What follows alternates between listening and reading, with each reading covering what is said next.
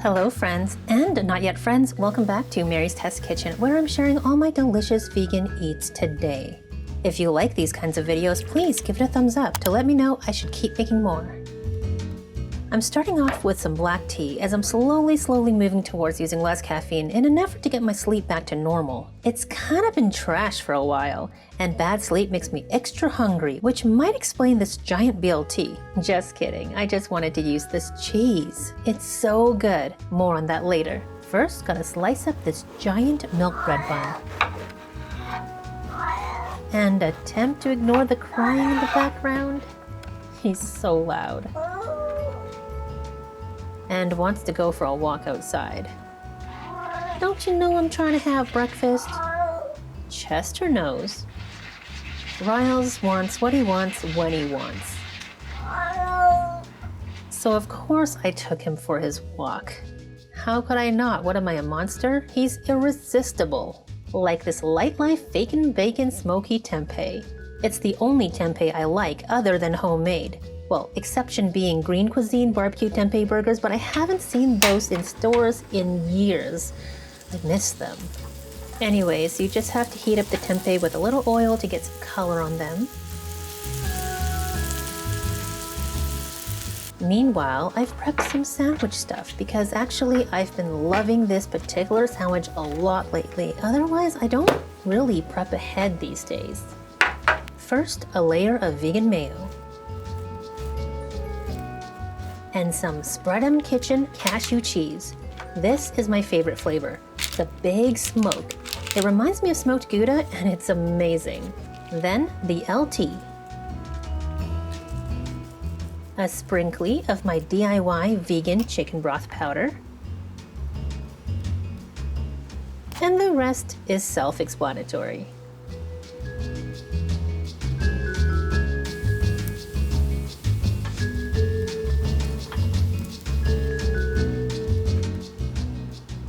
I feel like you can't tell just how ginormous this sandwich is on camera.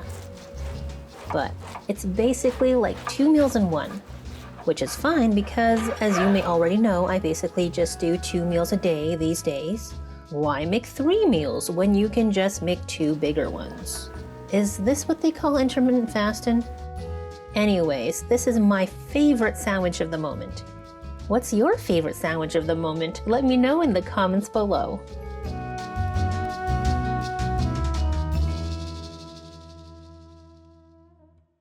Afterwards, I was cleaning my cupboards and came across these. So obviously I stopped with the cleaning and started with the making of the bubble tea. These are actually potato starch balls. How are they going to turn into boba? I didn't really know. This was my first time using this brand.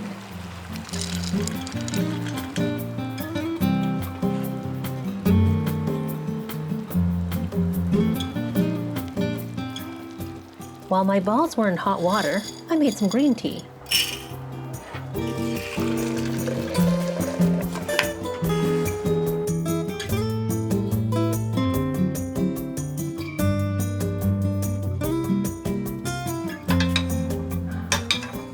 Look how beautiful these became.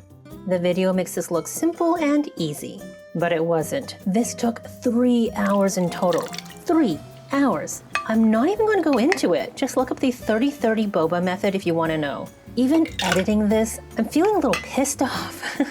Never again, my friends. But anyways, this was canned peach with simple syrup and green tea. It was pretty delicious, but honestly, just made me crave my favorite, which is green apple bubble tea. What is your favorite boba flavor? Let me know, also in the comments below. Then for dinner, can you guess what I had? Oil-free green onion noodles, again. Yes, I love these noodles so much. Well, the oil-free version because it's less work, less standing and paying attention. If you want this recipe or the normal not oil-free version, please click the card in the upper right-hand corner or get the link in the description. And because I'm not actually trying to avoid oil, I'm using the very last remnants of this sesame oil for added flavor. To soothe away the blues in your eyes.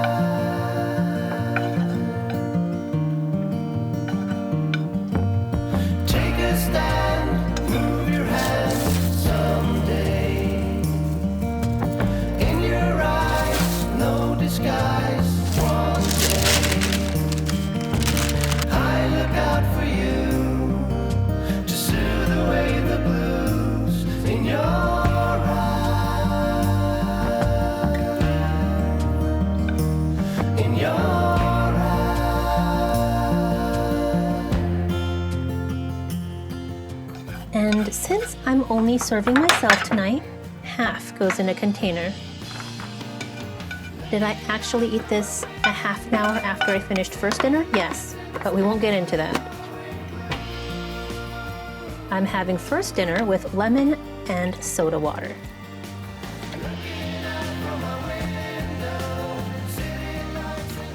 Plus some tomatoes and avocado that must get finished up today. And just a little extra cayenne powder.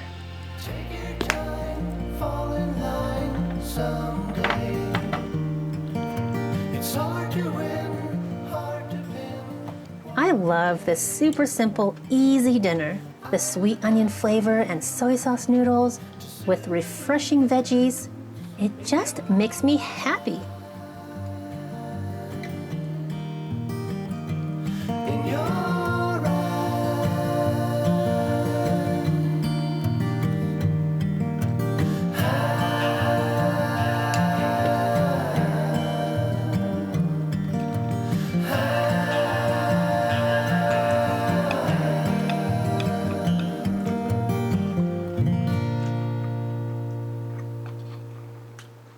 And, of course, I left room for dessert. I haven't made banana bread in like forever and didn't bother looking for my written recipe. It's around here somewhere. But I'm lazy, so I'm winging it from memory. Therefore, the ingredients on screen here are more of a guesstimate than exact measurements. But I feel like you get the idea. Banana bread is just such a common thing to make. The power to make banana bread without a recipe is, I feel like, just something that everybody should cultivate as a life skill, don't you?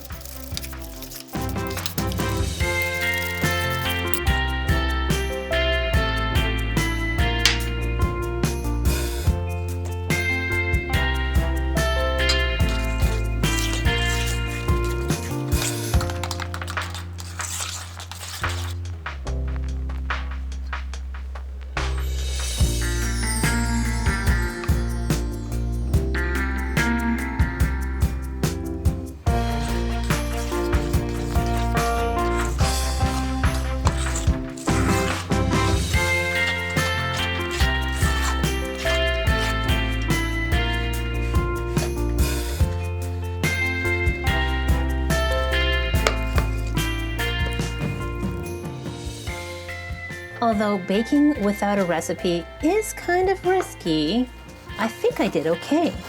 What do you think? The important thing is it was pretty delicious. And that's it. Thanks so much for watching, my friends. Bye for now.